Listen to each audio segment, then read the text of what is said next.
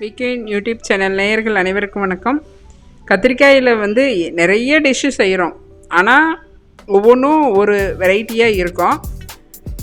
அது நல்லா டேஸ்ட்டாக செய்கிறது இந்த மாதிரி கத்திரிக்காய் வச்சு செஞ்சோம்னா சூப்பராக இருக்கும். இதுக்கு வேறு தேங்காய் அதெல்லாம் எதுவுமே அரைக்க வேண்டாம்.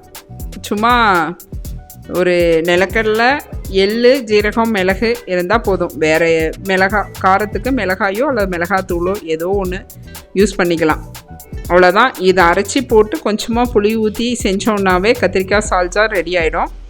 இதை பிரியாணியோட பாய் வீட்டில் இது ரொம்ப ஃபேமஸ்ஸு.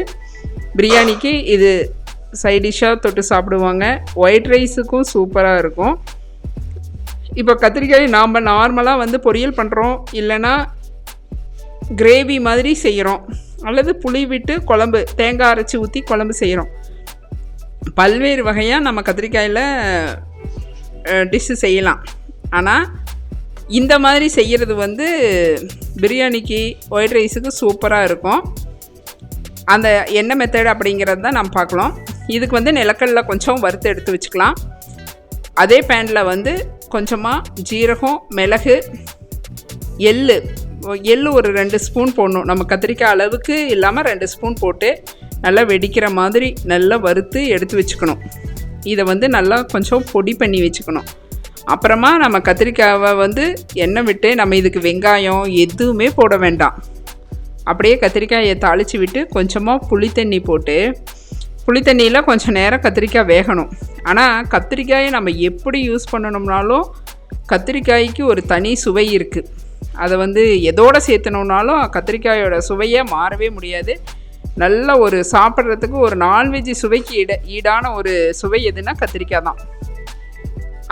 அந்த மாதிரி நல்லா புளித்தண்ணியில் வேகும்போது நம்ம அரைச்சி வச்சுருக்கிறோம்ல பொடி பேஸ்ட்டு, அதை அப்படியே ஊற்றி நல்லா கொஞ்சம் சுண்ட வர வரையிலும் நம்ம கிரேவியாக வேணுன்னா கிரேவியாக எடுத்துக்கலாம், அல்லது குழம்பு ஸ்டைலில் வேணுனாலும் நம்ம எடுத்துக்கலாம்.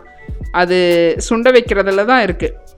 இது ஒயிட்டாக வேணும்னா நம்ம எந்த கலர் பொடியும் சேர்க்காமல் அப்படியே சுண்ட வச்சு எடுத்துட்டோம்னா சூப்பரான கத்திரிக்காய் ரைத்தா ரெடி. இதை சூப்பராக இருக்கும். ஒயிட் ரைஸோடு சாப்பிட்றதுக்கும் செமையாக இருக்கும்.